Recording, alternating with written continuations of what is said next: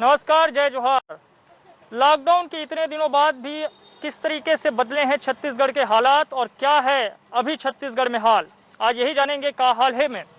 मैं इस वक्त पहुंचा हूं रायपुर में, मेडिकल कॉलेज के बाहर खड़ा हूं और मेडिकल कॉलेज के बाहर बहुत सारे लोग जो हैं आपको दिखाई पड़ रहे हैं, जो कि कोई टीकाकरण के लिए पहुंचा हुआ है तो कोई अपने परिजनों के इलाज के लिए। और ये तस्वीरें आप देखिए अलग अलग, और इसी दौरान हमें एक तस्वीर भी दिखी और ये देखिए हालात यही है कि कोरोना से सबका हाल बेहाल है। बहुत ज़्यादा जो है स्थिति गंभीर हो चली है।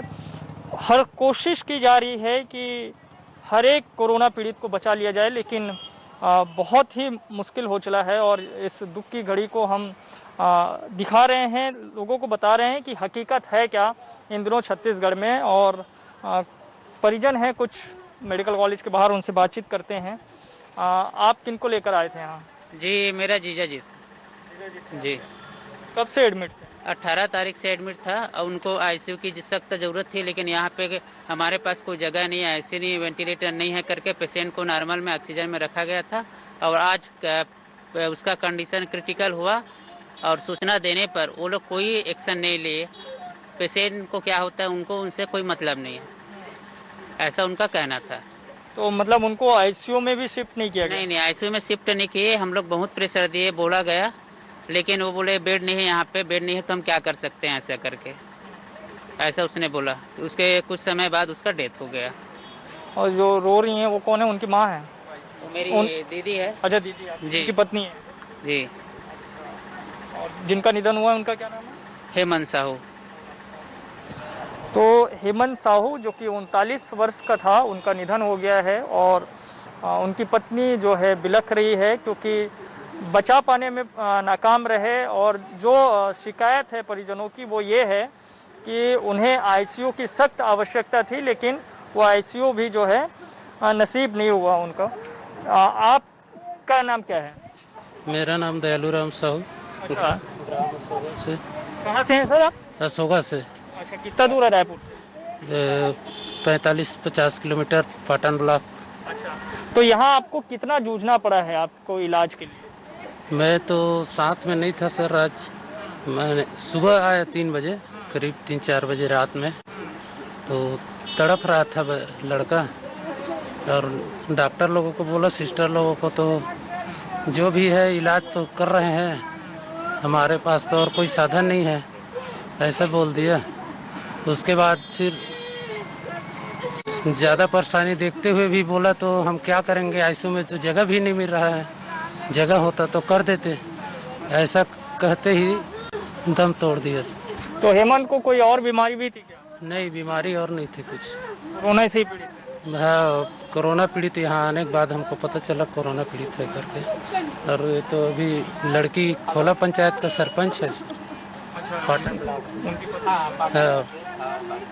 सरपंच पति। तो ये आप सोचिए जो है कि किस हाल में जो है परिजन है और उनकी स्थिति क्या है, मनोदशा क्या है। और हेमंत की पत्नी यहाँ पे बिलख रही हैं, रो रही हैं क्योंकि हेमंत को बचाया नहीं जा सका, वो यहाँ पे एडमिट थी। और वो देखिए, वो सुनने वाला नहीं है, कोई कुछ सुनने वाला नहीं है, कोई कुछ करने वाला नहीं है, सिर्फ ये जान लेने वाला है, जान लेने वाला कुछ नहीं। इतना कल पे हो, कोई मोर सुनाई नहीं करे साथ, कोई मोर कल्पना नहीं सुनी, मोर आए मोर बदुआ लगी मोर लड़का बढ़ के बदुआ लगी। तो बहुत ज़्यादा जो है हेमंत की जो पत्नी है वो बहुत दुखी है। और उन्हें पीड़ा इस बात की है कि आखिर हेमंत को क्यों नहीं बचाया जा सका, जबकि इन लोगों का कहना है कि वो सिर्फ कोरोना से पीड़ित थी, उन्हें सांस लेने में दिक्कत हो रही थी। आइए कुछ और लोग हैं, उनसे बातचीत करते हैं। ये बताइए कि कैसी व्यवस्था है, आप कब से आ रहे हैं यहाँ पे? मैं नहीं बोल पाऊंगा, भैया बोल। आप हेमंत के क्या लगते हैं? रिलेशन में हूँ ऐसे। आप यहाँ कब से आ रहे हैं मेडिकल कॉलेज? मैं तो यहाँ रायपुर में ही रहता हूँ। मैं मेरे का जानकारी दिया गया तो मैं आया हूँ। अच्छा, तो कोरोना को लेकर के क्या स्थिति, आप क्या? तो कोरोना तो सर आप देख ही रही हैं, भयंकर रूप ले चुका है। है ना। हॉस्पिटलों में कहीं बेड नहीं है बोल रहे हैं, जूझना पड़ रहा है मरीजों को। देखिए सर, मैं जब से आऊँ तब से स्थिति देख रहा हूँ सभी परिजनों का, बाकी परिजनों का। लेकिन इतना बड़ा मेडिकल कॉलेज बोलते हैं, लेकिन नाम मात्र का ही बोलूँगा मैं। आज मैं दुख में हूँ और कंडीशन ये है कि प्रॉपर जहाँ तक मैं जानता हूँ, मेरी बहन के माध्यम से मेरे को सूचना मिलता है, केवल सिस्टर स्टाफ के भरोसे वार्ड को छोड़ दिया जाता है। परमानेंट जो बड़े डॉक्टर है वो सब आते हैं, 2 मिनट पेशेंट को देखते भी नहीं ढंग से, चले जाते हैं, क्या हाल भी नहीं पूछते। ये कंडीशन है। जिस दिन मैं भर्ती किया तो मेरा जीजा जी स्ट्रेचर पे बाहर में पड़ा था, रात भर मैं उनके साथ था, लेकिन उनको अंदर में ले के गया। अगले दिन 2 बजे सुबह लेके गया है, रात भर पड़ा रहा है वो तड़पते हुए। न उनको बोला गया आईसीयू में ले जाओ तुरंत, ऐसा करके तो भी लेके नहीं गए। स्ट्रेचर में सोचिए, रात भर एक पेशेंट, उनके साथ हम भी थे। इतना तकलीफ से गुजरे तो हम क्या बयां करें। स्ट्रेचर में थे और जो है ये पूछते हैं, ये क्या आपको कहा गया जब आपकी जो है बहू जाने अंदर जा रही थी तो? सुबह ये घटना के बाद फ़ोन किया मेरे को, अंदर आने नहीं दे रहा है करके। तो मैं वहाँ था लड़की के साथ में, तो वहाँ से नीचे आया ना, तो वो जो गेट में रहता है वो उन लोगों को बोला कि भाई जाने दो, लड़की तड़प रही है, इतना बड़ा हादसा हो गया है, तो बाकी का जिम्मेदार कौन रहेगा, तुम रहोगे करके मेरे खड़ा करके मेरे फ़ोटो भी खींचा और पुलिस वाले को बुलाता हूँ, अंदर भिजवा देता हूँ। मेरे को धमकी दे रहा था और बाहर निकाल दिया मुझे भी। लड़की अकेला थी। मतलब एक तो जो है सूचना सही नहीं दे रहे हैं, दूसरा व्यवहार भी सही नहीं है, ये कह रहे हैं। हाँ जी सर, ऐसे ही सही है कि हालत चला थे, तो जब से निकले हैं तब से बाहर में बैठे हैं, चर्चा करते थी होती सब परिवार मतलब बतावत बस यही बात है सर। ये सब आपके परिजन हैं? हाँ, लड़का का जीजा जी है, ये लोग भांजे हैं। कौन है लड़का के पिताजी? जीजा जी। अच्छा, जीजा जी हैं आप लोग। और ससुर जी मैं हूँ। हाँ, मेरी दामाद है हेमंत कुमार साहू। वहाँ पे आपके गांव में क्या स्थिति है? बहुत सारे लोग हैं क्या कोरोना पॉजिटिव? तो मेरा गांव तो 10 हो गया है सर। जो इनका जो हेमंत का गाँव है अभी तो मालूम नहीं, पता नहीं चला नहीं, वहाँ पे नहीं, उतना केसेस नहीं है वहाँ पे। तो हेमंत के आसपास और कोई लोग तो नहीं है? आप लोगों ने जांच वाच करवाया कि नहीं, हम लोग तो नहीं थे। तो कोरोना की इस संक्रमण काल में आखिर किस तरीके से है स्वास्थ्य व्यवस्था, यही आपको दिखा रहे हैं, हम लोगों से बातचीत करा रहे हैं और अलग अलग अस्पतालों का हाल भी आपको दिखा रहे हैं। मैं इस वक्त हूँ जिला अस्पताल में, जो कि पंडरी में स्थित है, और इस जिला अस्पताल में अब एक नया कोविड जो है केयर सेंटर तैयार किया जा रहा है और आईसीयू एक अलग से तैयार किया जा रहा है। और इसके पीछे क्या मकसद है, हमारे साथ इस वक्त डॉक्टर पी.के. गुप्ता है, उनसे जानेंगे कि यहाँ पे किस तरह की व्यवस्थाएं रहेगी। डॉक्टर गुप्ता सर, ये बताइए कि ये अभी बिल्कुल नया तैयार हो रहा है, ये कहना सही है? अभी जस्ट आज ही हमको ये सिविल वालों से ये पार्टीशन वर्क, इलेक्ट्रिकल वर्क्स, अंदर आईसीयू में वेंटिलेटर में भी टेस्टिंग चल रही है और ऑक्सीजन पाइप आज ही सब काम करके हैंड ओवर हमको किया है। तो सारे इक्विपमेंट का भी इंस्टॉलेशन हो रहा है, टेस्टिंग हो रही है, आप देखेंगे है ना। ये वेंटिलेटर्स चेक कर रहे हैं, इसके पीछे नए मॉनिटर्स आए हैं, ये भी सब चेक किए जा रहे हैं। तो हम ऐसा सोचते हैं कि आज या कल तक ये सब टेस्टिंग हो जाएगा, फिर पर मरीज भर्ती करना चालू कर देंगे। यहाँ पे सर कुल कितने बेड हैं? बेड आज की तारीख में यहाँ पे 18 बेड हैं, इसमें हम 5 बेड वेंटिलेटर के रखेंगे, वेंटिलेटर। हाँ, और 5 जो है उसका HUD बेड होते हैं, जो वेंटिलेटर से मतलब ठीक होता है आदमी तो पहले हाई कॉन्सेंट्रेशन ऑक्सीजन में रखते हैं और फिर उसके बाद नॉर्मल ऑक्सीजन बेड पे रखते हैं, फिर डिस्चार्ज कर सकते हैं पेशेंट को। तो वैसे कार्य योजना यहाँ पे पूरे 18 बिस्तर वेंटिलेटर वाले रखने की है, क्योंकि हमारा एविंग है, जैसे जैसे बढ़ जाएंगे हमारे पास इक्विपमेंट आते जाएंगे, हम फैसिलिटी बढ़ाते जाएंगे। और आप ये देखेंगे कि यहाँ पे इस हॉल में 8 बेड हैं, है ना। कॉरिडोर में 3 बेड यहाँ आएंगे, इस कमरे में 2 बेड आ रहे हैं और इस कॉरिडोर में 3 बेड आ जाएंगे, अच्छा है ना? ये तीन, हाँ ये सब आईसीयू वाले सब एयर कंडीशन है, सब पूरा आईसीयू है। ये 18 बेड पूरा आईसीयू रहेगा। पीछे एक हमारे पास कमरा है, यहाँ पे भी 2 बेड आईसीयू आ रहे हैं। मरीजों के ये पीने का पानी का फिल्टर लग रहा है, ये टॉयलेट्स हैं। यहाँ पे 2 पेशेंट आएंगे। ये हमने ऑक्सीजन पाइपलाइन दिया हुआ है यहाँ पे, ठीक है। पीछे टॉयलेट्स हैं उनके लिए। तो सर ये जो है ये बिल्डिंग पहले से तैयार थी? ये बहुत पुरानी बिल्डिंग है जी, 1949 की बिल्डिंग है ये।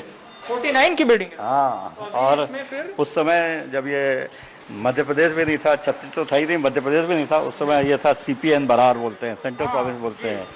और सेंट्रल प्रोविंस के प्रधानमंत्री थे स्वर्गीय रविशंकर शुक्ला जी, उनके द्वारा इसका उद्घाटन किया था। ये पहले लेप्रोसी मिशन हॉस्पिटल था, लेप्रोसी हॉस्पिटल था ये, बाद में जिला अस्पताल में चेंज हुआ है और अब इसको बना रहे हैं। अच्छा, और ये सर ये यहाँ पे क्या रहेगा? यहाँ पे भी 2 ICU बेड रहेंगे। अभी सब मॉनिटर, ये वेंटिलेटर की सब टेस्टिंग हो रही, इंस्टॉलेशन हो रहा है ना। और पेशेंट जब जैसे यहाँ से ठीक हो जाएगा ना, ये हमारा ट्रांजिट इलाका है, ये रैंप है। अच्छा, इस तरफ से बाहर हो जाएगा? हाँ, ये बाहर जाएगा जी। और ये हमारा ऑक्सीजन रिजर्व ऑक्सीजन 30 सिलेंडर है यहाँ हमारे पास में। अच्छा, भरे हुए सिलेंडर है, ये मैनीफोल्ड है हमारे पास में जो रिजर्व में। नॉर्मल कोर्स में उधर एक ट्रॉली लगी हुई है जिसमें 73 जंबो सिलेंडर है, D टाइप। एक में करीबन 150 लीटर ऑक्सीजन आता है। अच्छा, ये आप देखेंगे, ये सर जो बता रहा हूँ, ये जो ट्रॉली लगी है इस पर ये 73 सिलेंडर्स हैं। ये सब एक दूसरे से इंटरकनेक्टेड हैं। अच्छा, और जब फुल वेंटिलेटर चलता है, एक वेंटिलेटर, तो हर 2 से 3 घंटे 4 घंटे में एक सिलेंडर खाली हो जाता है। अच्छा, तो ये 2 दिन 3 दिन 4 दिन जितना चलेगा, फिर दूसरी ट्रॉली आ जाएगी। इस बीच में बफर रिजर्व में हमारे पास में 30 सिलेंडर रखे हुए हैं, जो दिखाया मैंने आपको अभी, है ना। ये हमारा बिल्डिंग बन रहा है, ये पहले कार पार्किंग था हमारा। तो हमने दिमाग लगाया कि नीचे फ्लोरिंग किया हुआ है, ऊपर शेड बना हुआ है, सिर्फ यदि हम 2 तरफ दीवार उठा देते हैं तो बहुत कम खर्च में एक हमको लंबा वार्ड मिल जाएगा। आज समय की आवश्यकता है कि इतने ज़्यादा तादाद में मरीज आ रहे हैं कि ज़्यादा से ज़्यादा लोगों को हम इलाज दे सकें, क्योंकि गवर्नमेंट सेक्टर का जो हॉस्पिटल रहेगा वो प्रायोरिटी गरीबों के लिए है। क्योंकि आप मास्क लगा के काम करिए भैया। पैसे वाले तो कहीं भी भर्ती होकर के प्राइवेट में इलाज करा लेते हैं, लेकिन गरीब आदमी को बहुत ज़्यादा दिक्कत रहती है। तो ये उनको फोकस में रखते हुए ये सरकारी अस्पताल में डेवलप करने की कोशिश की जा रही है। तो ये जो है पार्किंग एरिया को भी कोविड सेंटर तैयार कर रहे हैं। हाँ, ये हमारा एक मैदान था यहाँ पे, तो वहाँ पे पार्किंग शिफ्ट करके और इसको हम चेंज कर रहे हैं। इसमें बेड लग तो हाँ, इसमें 30 बेड आएंगे। ये नॉर्मल रहेंगे? नॉर्मल नहीं, सब ऑक्सीजन बेड रहेंगे, सेंट्रल ऑक्सीजन बेड रहेंगे। हाँ, सूर्य ऑक्सीजन। आजकल ऑक्सीजन बेड की सबसे ज़्यादा ज़रूरत है, क्योंकि 90 तक तो आदमी घर पे होम आइसोलेशन लेता है। 90% लोग होम आइसोलेशन में रहते हैं। जब SpO2 जो ऑक्सीजन कॉन्सेंट्रेशन बॉडी का है ब्लड में, जब वो 90 से नीचे गिरता है तो इमीडिएट ऑक्सीजन देना पड़ता है। वो हाई फ्लो ऑक्सीजन नहीं रहता, लेकिन सप्लीमेंट करना पड़ता है। कि जैसे जैसे लंग्स में निमोनिया बढ़ता है और ऑक्सीजन एक्सचेंज कैपेसिटी लंग्स में जब कम होती है, तो फिर उसको हम high concentration high pressure oxygen देते हैं। और बहुत ज़्यादा स्थिति गंभीर होती है, ओल्ड एज वगैरह, तो फिर वेंटिलेटर में डालना पड़ता है, जब आदमी खुद से अपनी सांस नहीं ले पाता। आइए सर, आपका जरा कंट्रोल रूम भी देखते हैं कि हाँ, तो ये जो है अभी प्रोसेस में है, 3 हफ्ते में, ये 3 हफ्ते में तैयार हो जाएगा ये। तो इस तरह तुल मिला के हमारे पास में 50 ऑक्सीजन बेड हो जाएंगे यहाँ पे। मतलब 18-19 यहाँ पे हो गए और एक ट्रांजिट में है, और 30-32 यहाँ पे आ जाएंगे। 18 और 32 मिला के 50 बेड का ये अस्पताल बनाने की हमारी कोशिश है। ये सर 1.5 से 2 हफ्ते में तैयार हो जाएगा? नहीं, 3 हफ्ते लगेंगे। 3 हफ्ते लगेंगे? टाइम लगता है ना। अच्छा, टेक्निकल टेस्टिंग में बहुत टाइम लग जाता है। सिविल वर्क तो फटाफट हो रहा है, 1 हफ्ते में हो जाएगा, लेकिन फॉल सीलिंग है, इलेक्ट्रिफिकेशन है, ये पार्टीशन वगैरह बहुत कुछ टाइम लगता है। ये हमारा डॉक्टर्स का कंट्रोल रूम है। उस तरफ से तो बंद रखा होगा, इधर से चलिए। तो ये कंट्रोल रूम के जरिए स्टोर रूम है, सिर्फ लोग यहाँ पे रहेंगे। ये मेडिसिन वगैरह सब यहाँ पे रखी जाएंगी। 2 फ्रिज भी आ गए हैं, पीने का पानी का फिल्टर है ना। हाँ, ये देखिए आप, पीने का पानी फिल्टर स्टाफ के लिए, और ये सब दवाइयाँ सब रखी जा रही हैं, जमाया जा रहा है। दीदी, आपकी क्या जिम्मेदारी है? फार्मासिस्ट हूँ सर मैं। मेडिसिन डिस्ट्रीब्यूट करने का और मेंटेन करने का, जैसे मंगवाना है रेमडेसिविर इंजेक्शन वगैरह को, उसका सर। अच्छा, उसका पूरा आप डाटा आप रखेंगे? हाँ जी सर। हमारे यहाँ एक कमेटी बनेगी जिसमें जो इंजेक्शन रेमडेसिविर बहुत चर्चित है आजकल चर्चा में है, उसका कमेटी बनेगी। कमेटी डिसाइड करेगी कि कौन से मरीज को देना है, कितना देना है, उसका SpO2 कितना, उसका रिकॉर्ड संधारित किया जाएगा। She is one of the member of that. एक फार्मासिस्ट भी उसमें मेंबर रहता है। अच्छा हाँ जी। तो ये और ये हमारा डॉक्टर ड्यूटी और कंट्रोल रूम है साथ में। यहाँ डॉक्टरों की ड्यूटी सर यहीं से निर्धारित होगी, यहाँ सब रहेंगे, सब डॉक्टर जो हैं। अच्छा पूरा ICU का जी ये CCTV कैमरे से कंट्रोल है पूरा। ये सारे रूम्स और जो लॉबीज है, अभी हमारे 10 कैमरे अभी इसमें ऑन हैं और 6 कैमरे के भी और इसमें जगह है, यदि जरूरत पे तो हम लगा सकते हैं।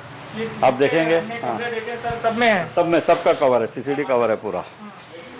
और ये PA सिस्टम है, मतलब कुछ इंस्ट्रक्शन देना है, कुछ करना है, अनाउंसमेंट करना है तो यहाँ से हो जाएगा, है ना। और एयर कंडीशन है, कंफर्टेबल रहेंगे डॉक्टर यहाँ पे। और आपको बताता हूँ, तो हम सर देख रहे हैं सरकारी अस्पताल से ज़्यादा सुविधा देने की कोशिश निजी अस्पतालों से हाँ अरे ज़्यादा ना हो तो कम से कम उसके लेवल पे तो दे जाएँ हम। लेवल पे आ जाए। हाँ हाँ डॉक्टर यहाँ से PP किट पहन के जाएगा ड्यूटी पे, यहाँ से अंदर जाएगा, पेशेंट आना जाना उधर से ही रहेगा। और जब उसकी ड्यूटी ख़त्म होगी तो उस ढंग से वो ये गलियारा दिया है, यहाँ पे डॉनिंग डॉपिंग है, वहाँ से कपड़े चेंज करके बायोमेडिकल वेस्ट डिस्पोज करके PP किट को, और शावर लगाए, शावर में नहा करके कपड़े चेंज करे, वहाँ से फिर बाहर जाएगा ड्यूटी से। तो पूरी जो है तैयारी जिला अस्पताल के तरफ से कर ली गई है कि किस तरीके से यहाँ पे ICU बेड तैयार किए जा रहे हैं, ऑक्सीजन बेड तैयार किए जा रहे हैं और बिल्कुल एक आधुनिक तरीके से ये पूरा कोविड केयर सेंटर तैयार किया जा रहा है, जिसमें सारी सुविधाओं का ख्याल रखा गया है। मरीजों के लिए ही नहीं बल्कि पूरे स्टाफ के, जो नर्सिंग स्टाफ के जो लोग हैं, डॉक्टर्स हैं, बाकी सारी टीम है, उन सब के लिए पूरी जिम्मेदारी के साथ व्यवस्था की जा रही है, किसी तरह की कोई कमी ना हो, इसका एक एक चीज़ों का ख्याल रखा जा रहा है। हालांकि इस कोविड केयर सेंटर को तैयार होने में अभी 3 हफ्ते का वक्त है, लेकिन तैयारी ये 18 बेड का तैयार हो गया है। 18 का तैयार, 30 बिस्तर का जो बनना है, 32 बिस्तर का, उसमें 3 हफ्ते लगेंगे। इसमें कितना वक्त है? इसे बस 2-3 दिन में हम चालू कर देंगे। तो डॉक्टर साहब बता रहे हैं कि 2 से 3 दिनों में ये 18 बेड वाला जो कोविड केयर सेंटर है वो तो बिल्कुल रेडी है, और लेकिन जो बाकी के 30 और ऑक्सीजन बेड तैयार हो रहे हैं उसमें 3 हफ्ते का वक्त लगेगा। पूरी तैयारी कर ली गई है। ऑक्सीजन जो पाइपलाइन है हमको कल ही हैंड ओवर हुआ है, बता शाम के, तो आज सब वेंटिलेटर का जब ऑक्सीजन पाइप में आ जाता है तभी वेंटिलेटर की हम टेस्टिंग कर सकते हैं, हाई प्रेशर आने के बाद में। तो सारा टेस्टिंग वाला प्रोसेस चल रहा है। तो ये एक तरीके से सर अभी हम देख रहे हैं कि ICU को लेकर के बड़ी किल्लत है, ऑक्सीजन बेड को लेकर के किल्लत है, तो एक बड़ी मदद हो जाएगी। इसी चीज़ को ध्यान में रखते हुए ये निर्णय गया कि हमारे पास एक ये वार्ड था जिसको हमने रिनोवेट किया था, तो इसका इस ढंग से यूज़ किया जाता है। फिर हमको ये समझ में आया कि बहुत कम खर्च में यहाँ पे भी एक बड़ा वार्ड बन सकता है। तो 50 बिस्तर यदि हम ICU ऑक्सीजन बेड देते हैं तो काफ़ी हद तक हम अपने अंचल के, खास करके गरीब वर्ग के जो पेरीफेरी से आते हैं, रेफर केस जो आते हैं जिला अस्पताल में, उनको हम मदद कर पाएँ, ऐसी हमारी कोशिश है। और मृत्यु दर थोड़ी कम कर पाएँ तो बहुत खुशी की बात होगी। बहुत बढ़िया सर, बहुत अच्छा है। और हम सभी चाहते हैं कि कोविड से संक्रमित कोई भी व्यक्ति हो उसकी जान बच जाए, वो जो है वो सारी जान बच जाए, इससे बढ़ के दुनिया में कोई चीज़ नहीं है। कोई चीज़ नहीं है। और ये डॉक्टर साहब का संदेश है, और इस संदेश और इस ध्येय के साथ पूरा जिला अस्पताल प्रबंधन, पूरी इनकी टीम जो है काम कर रही है। दर्द, पीड़ा, आंसू के बीच एक उम्मीद भी है, और उम्मीद ये कि किसी तरीके से कोरोना संक्रमित लोगों की जान बचा ली जाए। तो आज हमने यही देखने की कोशिश की कि अस्पतालों के बाहर परिजनों का हाल क्या है, और हमने यह भी जाना कि किस तरीके से नए कोविड केयर सेंटर तैयार किए जा रहे हैं। आज के लिए इतना ही। बाकी खबरों के लिए देखते रहिए आप News 24 मध्य प्रदेश छत्तीसगढ़।